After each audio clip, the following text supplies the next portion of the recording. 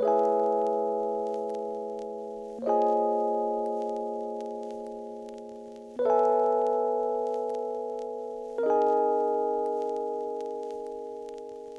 welcome back to my channel. So, I'm back from Vegas, and I have a cool hat from Vegas. Cool. So I don't really make social media commentary anymore because I just don't really like it. But something I do like within social media commentary is commentary that isn't like real-time tea updates, but rather one longer video going over a social media star's story, you know? So think like Jay Aubrey or The Right Opinion. I really like those kind of videos. And my enjoyment of this type of commentary, as well as the little resurgence of conversation around a particular creator, has inspired me to make this video, Acacia Kersey / Acacia Brindley / Acacia Clark. Someone who was once one of the biggest personalities on the internet thanks to her presence on Tumblr, turned mommy vlogger and capable of escaping a past riddled with several controversies. What we're gonna do today is explore her path online so we can see how someone who was comparatively like the Charli D'Amelio of 2012 essentially ruined her own career with her series of questionable choices until falling into obscurity and making her permanent exit from the internet. But first, two little announcements. One, I'm not going to promote myself every video. However, I am going to promote my pottery shop whenever new items are available, and new items are available. I'm making a bunch of Christmas stuff, and I just dropped a bunch of pieces on there, so piecebypiece.shop. That's that. And second thing is, let's hear a quick word from our non-scam sponsor, Vessi. If you haven't heard about these shoes, then first of all, I'm surprised. But second of all, you're missing out. But not anymore. You're welcome. Vessis are 100% waterproof shoes. Straight up 100%. We had a spout of rain like a week or so ago, and I wore them while I was taking my dog out on our regular morning walk, and my feet were dry at the start of the walk, and when we came back home, I took my shoes off and I had still dry socks, which is super convenient now that it's getting cold. I remember when I used to walk my dog without Vessis and walking in the wet grass and letting that soak into my feet, and I had to change my socks whenever I got inside, but I don't do that anymore. It wasn't raining or had previously rained whenever we filmed the B-roll, but I still want to show you that the shoes are actually waterproof and I'm not just lying. It's weird that you can feel the water hitting the shoe, and you kind of feel like the coolness of the water, but you don't feel wet. But obviously now we have to see if it's actually wet. Do you want to feel my foot? I don't think the viewers can feel your foot. I was talking to you. Oh. I can confirm this foot it's dry. But how do the shoes stay waterproof, you may be asking? Well, Vessis are made with Dymatex, which is a dual climate knitted material. So in addition to being waterproof, it also keeps your feet cool in the summer and warm in the winter. I actually really do love these shoes. I've never really had an athletic shoe that was cute enough to wear with casual outfits or like non-exercise activities while still being comfortable and functional as an athletic shoe. Like, I can wear these when I walk Casper in the morning and then not change out of them to go to my lash appointment or Trader Joe's. Plus, the waterproofness helps them retain that clean white look, which I love. They don't only come in white, but I have the white ones and I just really like that look. My two other pairs of shoes that are white that are not Vessis are not even white. They're like brown and gray. All of that's to say that Vessis are basically my go-to shoe right now, and they should be yours. And they could be yours for $25 off your first pair if you use my code GraysonsPRG. So like Grayson's Projects, but Projects is short, so it's GRAYSONSPRG. Thank you so much to Vessi for sponsoring this video, and now let's get back into it. Acacia Kersey, born Acacia Clark, is a 25-year-old retired influencer born in Boston, Massachusetts. Raised by her parents, Melissa and Richard Clark, Acacia is the younger sister to brothers Peyton and Keegan, and the older sister to an adopted sister, Maylee. Though she was born in Massachusetts, it's a bit difficult to claim a direct place that she was raised, because when she was a child, she had to move a lot due to her father's job as a photographer. Because of how often they had to move, Acacia has claimed that she's attended 15 different schools. And to input some personal speculation, because I couldn't find Acacia herself say it, but I would assume that moving so frequently helped push her make her Tumblr account when she was 13 years old, since it's difficult for kids that move so frequently to establish friendships and to get a comfortable space in life. So when she was in 7th grade, Acacia made a Tumblr account using the username Let's Snuggle. Acacia posted what majority of people posted during this time, which, considering it was 2010, that means a lot of rage comics, memes that are just, in retrospect, really not funny, mustaches and mugs with keep calm and carry on, etc. She also posted just pictures of herself and her life in addition to that stuff. And as the early 2010s developed, so did a certain style that really can't have a more accurate name than, it's hard to do quotations with this, 2013 Tumblr. While granted there is an overlap between 2012, 2013, and 2014 Tumblr, each year has kind of distinct niches within them that identify each year. And 2013 was the year of the pastel kawaii aesthetic boom on Tumblr. Going through any girl's blog at the time, you'd find reblogs of pastel clothes laid perfectly on white bed sheets, pastel bubble letters that say touch my butt and buy me pizza, and overly saturated photos of girls holding baby lips and Arizona tea cans while their string lights glow amongst the blurred background of their bedroom. This era of Tumblr was kind of the perfect storm for Acacia without anyone even really realizing it, but at the time, Tumblr was predominantly younger girls with self-image issues. Not a drag, I was one of them. And look how I turned out. But we were all admiring this particular aesthetic, and out of the woodworks emerges this really pretty girl who, in some ways, encapsulated the aesthetic to the point where she outgrew it and began to define it. Acacia started on Tumblr posting selfies, as people do, and the internet did what the internet does. Spotlight attractive people. And before someone tries to take that the wrong way, no, I, as a 21-year-old, am not saying that I'm attracted to a literal child, but at the time, me and tens of thousands of other girls that were a little bit younger than Acacia, she's 4 years older than me, we both saw and contributed to her rise in Tumblr fame because we thought she was pretty. She had the long blonde hair, the big blue eyes, she was the face claim for like every main character in every 5-sauce fanfiction on Wattpad. So now we're in her Tumblr fame era, which isn't without controversy, but arguably not on the same scale as some controversies that she will go on to get into. Honestly, a lot of the controversy from this era was boy related. This was the time period where internet famous couples were like a super big thing. Not to say that they aren't still popular, but you know, when people get famous just for being attractive, there's gonna be a big spotlight on their love life, and Acacia was no exception. Especially when the majority of relationships she would eventually get into were online with other Tumblr famous people. Now, I'm not gonna give a breakdown of every relationship she was in because personally I just don't think it's necessary for this video to scrutinize every relationship she had as a teenage girl, but there are some relationships that are more notable in Acacia's time on Tumblr, and those I will go over. First off is actually Acacia's first public Tumblr situationship with a guy named Anthony, and I say situationship because they were never an official couple, but Acacia fell for him really hard despite him not reciprocating feelings, and not even really respecting Acacia as a person, and would publicly slut shame her for being a bit boy crazy, or more accurately, just being a 13-year-old girl. But the reason this became a situation at all, and the reason I'm talking about it, is because, as it would turn out, Anthony wasn't actually Anthony. Acacia and all of Anthony's followers had been catfished. While the pictures of Anthony were of Anthony, Anthony himself wasn't the one behind the Tumblr account, it was some 17-year-old guy named Chris. And not that slut-shaming is okay in the first place, but now there's like the added layer of this guy who was pretending to be 15, but he was actually 17 years old, calling a 13-year-old girl a slut just because she liked boys online. Jail. That's a little bit jail. And not that a happy ending changes a shitty situation, but Acacia actually did end up meeting the actual Anthony and they became friends, so it arguably turned out okay. The next relationship, again, not necessarily in chronological order, but the next one I will be talking about is her relationship with Sam Potorf.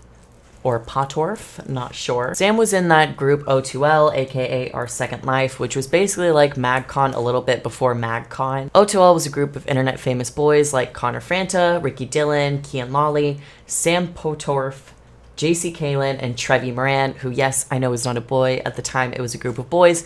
I'm well aware that Trevi transitioned. I'm not trying to say that she's a boy, just so we're clear. So anyways, yes, Sam and Acacia dated, and while this was not necessarily a long relationship, it was a very public one and a very, I guess, PDA-filled one. I mean PDA for middle schoolers. You know, I wouldn't say they were pushing any boundaries, but they were kissing and cuddling and posting pictures together. And this relationship actually helped Acacia gain even more popularity, since Sam at the time was the more popular of the two due to being in O2L.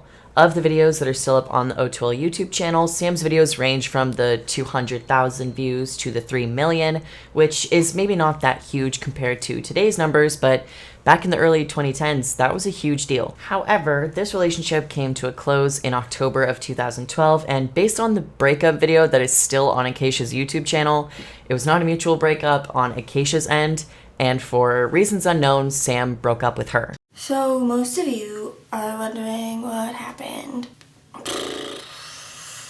Me and Sam broke up. Sucks. But I still love Sam.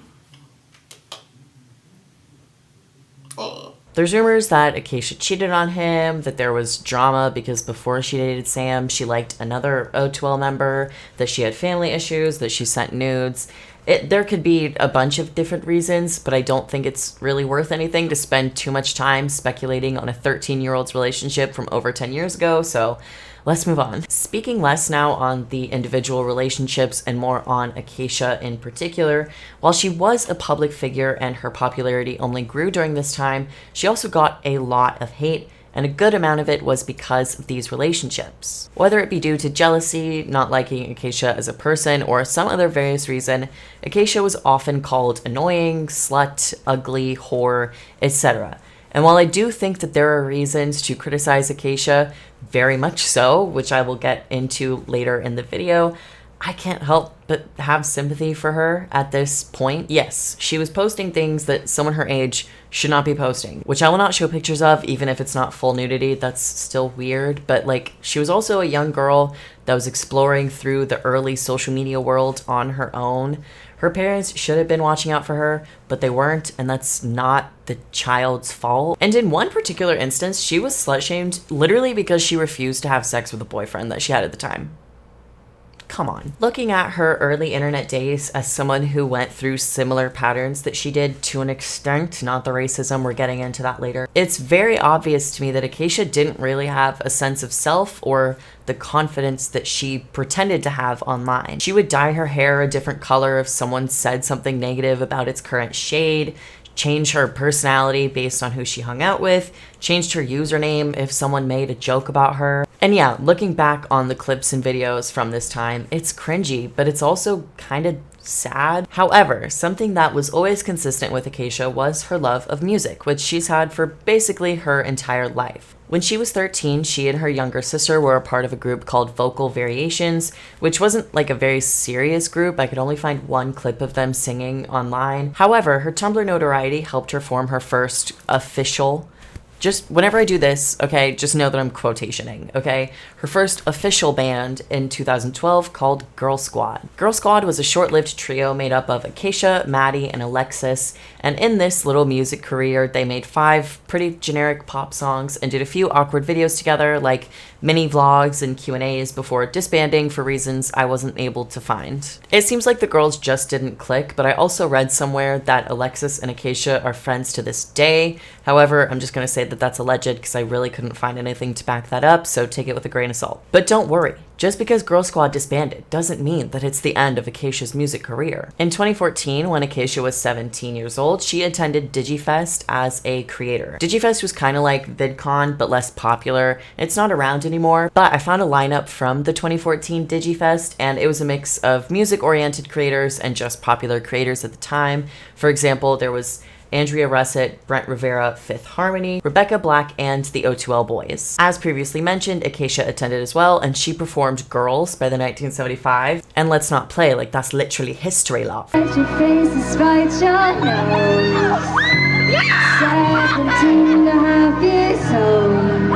in the same year, Acacia formed the band Watercolor, consisting of herself, a guy named Brixton, and a guy named Connor Montgomery. I do feel bad saying that they're just guys, but I really couldn't find Brixton anywhere on social media anymore. And Connor Montgomery does have a Twitter, but it's not very active now. The band only had one song together called Stick Around, and it's arguably one of, if not the most successful project that Acacia has ever been in. The music video for Stick Around has over 400,000 views on YouTube, and it's one of the main things that people remember Acacia by. But Watercolor was quite short-lived and disbanded for, again, unknown reasons. If I were to guess, I'd say that it was because of the age difference between Acacia and the boys, since they were a good few years older than her, and they also seemed like they wanted a different direction for their music. Watercolor was the final professional attempt at music from Acacia, but she still posted many singing videos before and after the fact, and even somewhat recently, there's video on her YouTube channel from 4 years ago with her husband Jairus, where they sing a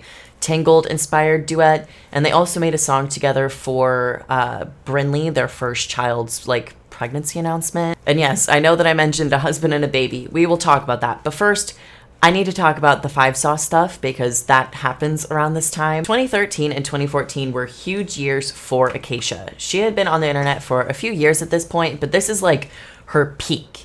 And at this point, boy bands were all the rage within the teenage girl community. And Acacia, being an internet famous teenage girl, also expressed her love for said boy bands, such as 5 Seconds of Summer, who, yes, I saw live in 2016, and look, I've kept the proof even 8 years later.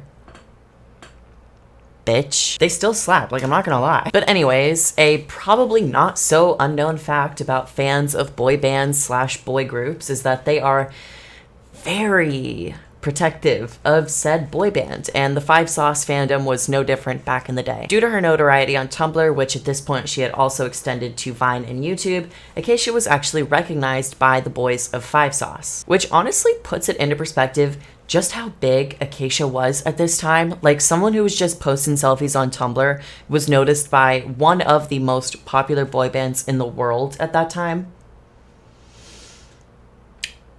That's crazy. I don't know. That's crazy. And 5 Sauce fans absolutely fucking hated the relationship between Acacia and 5 Sauce. And honestly, I don't even have a full grasp on why, because she never dated any of them, and it's only rumored that she hooked up with some of them and or exchanged nudes.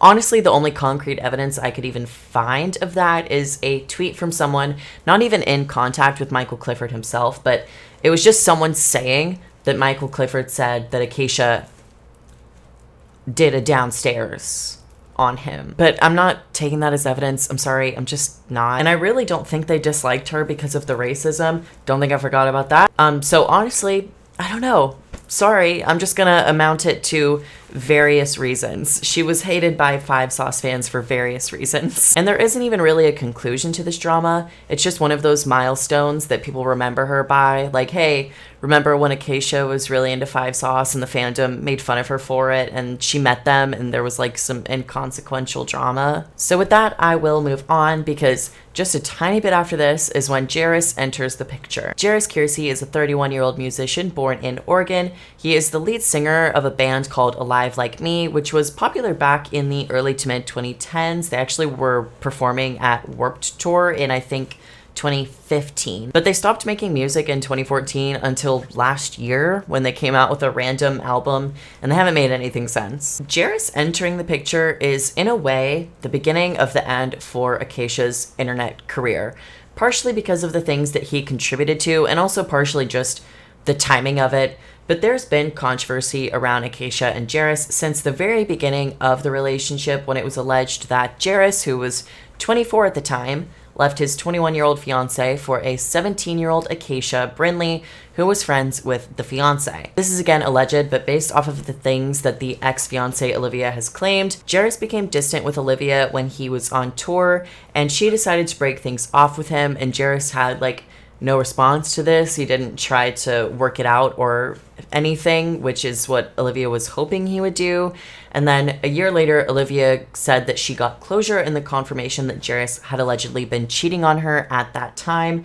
And with the way things line up, it just seems like it was with Acacia, who started to post pictures of her and Jairus confirming their relationship in June of 2015, making her 17 years old. She did turn 18 later that year, but at the time, she was a minor. Also, just in case it isn't clear, her being 17 while he was 24 isn't something I'm criticizing her for. While I am going over her career and controversies, a grown-ass man taking interest in a teenager isn't the teenager's fault. But anyways, Acacia and Jairus began their very public relationship, and this is where we really start to see a shift in Acacia to her becoming who she is today in terms of aesthetics. Acacia has always followed trends from the Tumblr girl to the 2015 grunge to the 2016 Insta baddie to the art hoe, etc. And with her relationship with Jairus, you can see her shift more and more into this crunchy vegan mom vibe that she's had for the past few years and still has today, assumably. And this shift seems to come on pretty fast because the beginning of their relationship seems to have moved pretty fast. Within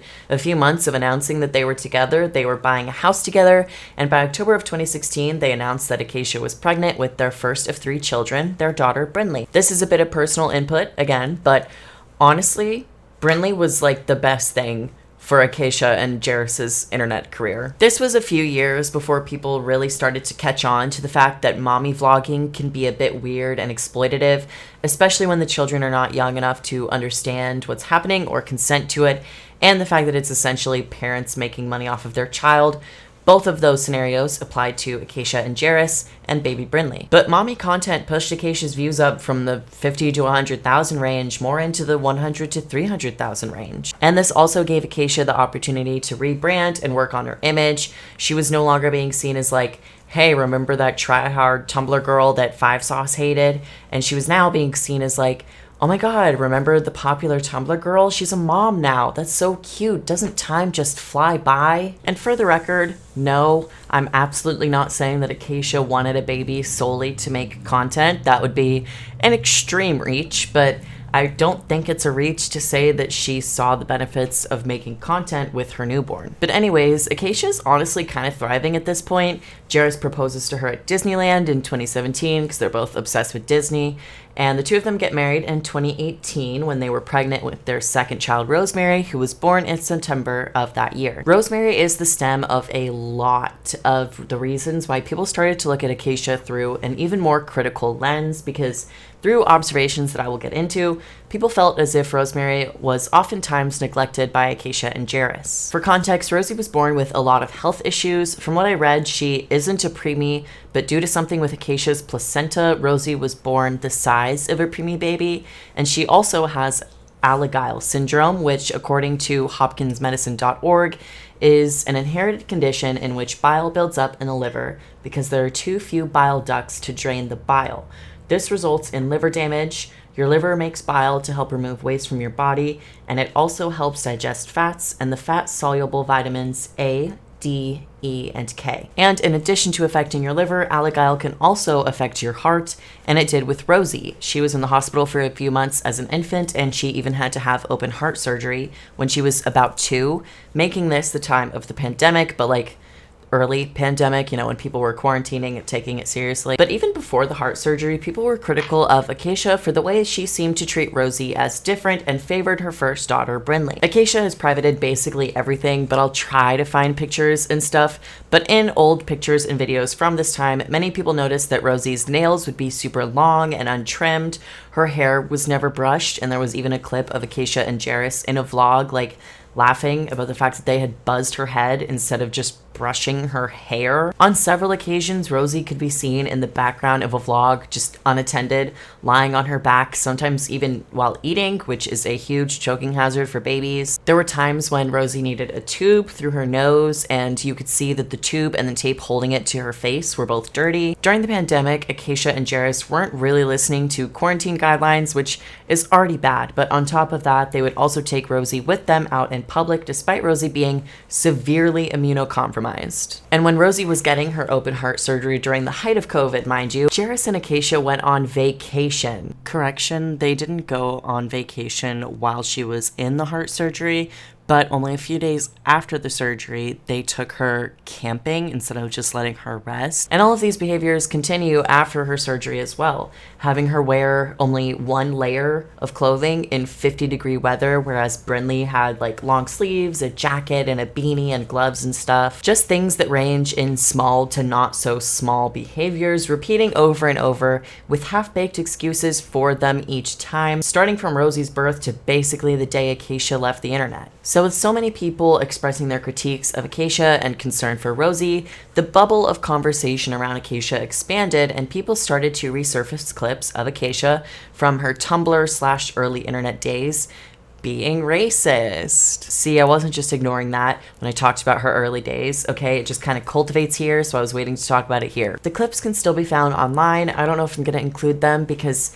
it's a range of Acacia saying the N-slur, perpetuating racial stereotypes, and being microaggressive towards her younger sister, who is Black. So with so many people commenting and calling out Acacia for Rosie's treatment, traveling during the quarantine, racism, mistreating animals, I didn't even talk about that one because honestly it was just hard for me to find places on a timeline to put it in. But yes, she's also been called out for getting animals just for content and then getting rid of them when they were no longer profitable and weren't worth the amount of time and work she would need to give them. So all of this leads to Acacia making a 5-minute long apology on YouTube in April of 2020, where she addresses only one of the previously mentioned points, which was the racism. I'm obviously not the one to judge the quality of or accept an apology regarding anti-Blackness as hello. But just from my perspective as a YouTuber, I can say it's still not a good video. It's clearly something she didn't think too thoroughly about, and while she wasn't like crying or anything throughout it, which is good, there were a lot of times where she was struggling to find what to say simply because she didn't plan it beforehand, which just makes it look lazy.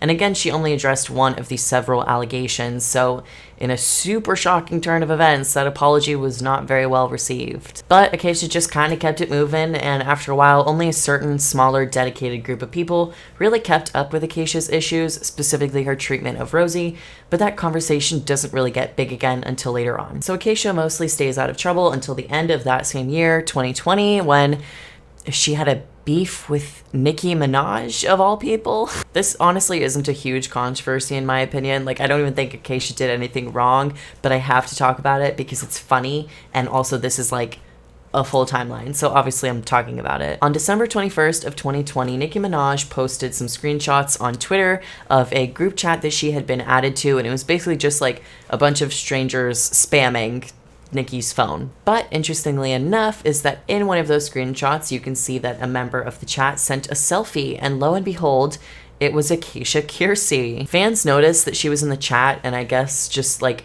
assumed that she was the one behind it because she was the only notable person there other than Nicki. So she was getting some angry Nicki fans coming for her, which also pleased the Acacia antis, and Acacia came out and was like, y'all, I didn't start the chat, I was just added to it and sent a random selfie. I didn't even know that Nicki Minaj was there. And that honestly made everything settle down, and that was really that on that. It's just kind of a funny little blip in the timeline. Acacia managed to stay under the radar for a while until July 16th of 2021, the day her career died. On this day, a creator known as Ash Levi came out with a 40-minute long video titled How I Found Out a Large Creator Stole My Work. Ash Levi is a content creator who also has a side business selling presets, which, if you don't know, a preset is like a filter, right? So you take a photo and you apply a preset.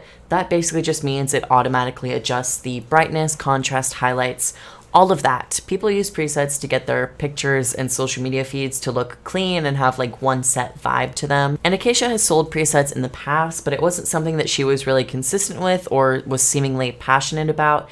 But as for Ash, this was one of her main businesses and something that she's really into. So basically in this video, Ash details how she realized that Acacia had bought one of her presets, and then shortly after, Acacia started to promote some upcoming presets that she had made, quote unquote, allegedly made, and was going to sell. And Ash could tell both visually and through the Adobe Lightroom app that these were her presets, and Acacia just made very little to zero changes to them. In the video, Ash also shares the conversation she had with Acacia, where Acacia deflects any and all accountability basically and tries to guilt Ash in several different ways to keep quiet about the situation, which Ash understandably didn't go through with. So when this came out, it got a lot of people angry and a lot of people talking, and in response, Acacia made a statement that basically confirmed while also denying that she stole the presets. She said that like she used Ash's presets as inspiration and she felt really bad and yada yada yada. But this didn't really make people happy because, for one, she wasn't owning up to stealing the presets despite there being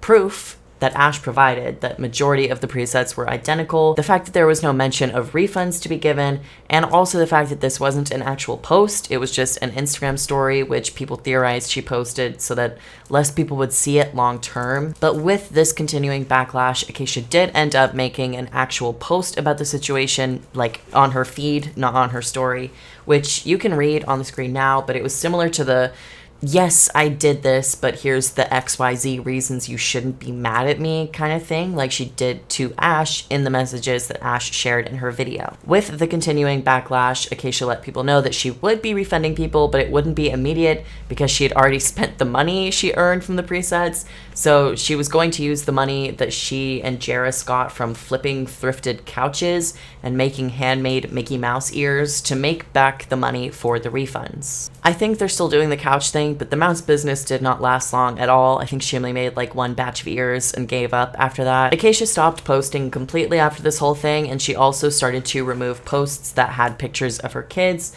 until just recently on November 18th, 2022, Acacia privated all her posts and made one final post showing screenshots confirming that she sent out the money for the refunds. She also did one last attempt at denying that she outright stole the presets, which was countered not only by people who bought the presets, but by Ash Levi herself in a comment that Acacia deleted. Really good look on her for sure. And with that, Acacia had officially left the internet for good. She was offline after the preset scandal and just kind of like relied on her Patreon, but now it's confirmed that she's like gone. She's not making a return. She deleted everything. She did that thing where, you know, you remove your profile picture on Instagram. It's kind of a key of like, ooh, it's serious. I don't know. People do that when they're upset. Recently, it has been speculated that she and Jairus are having marital issues, but I don't have much to say about that or to go off of, other than people filming Jairus in bars being like, look guys, he's drunk and washed up. And that's kind of weird to me a little bit. But yeah, that was the downfall of Acacia, Brinley, Clark, Kersey, whatever. Sorry, I'm kidding. I know her name. That was the downfall of Acacia Kersey. Let me know what you guys thought about this video. If you like this video, give the video a like. If you like the video, comment on the video. And if you like the video, subscribe to the video maker. How do we feel about the ears and the paws? Because I could keep doing it. I don't know. I could just be a furry commentator. Okay, I'll see you in the next video. Thank you and goodbye.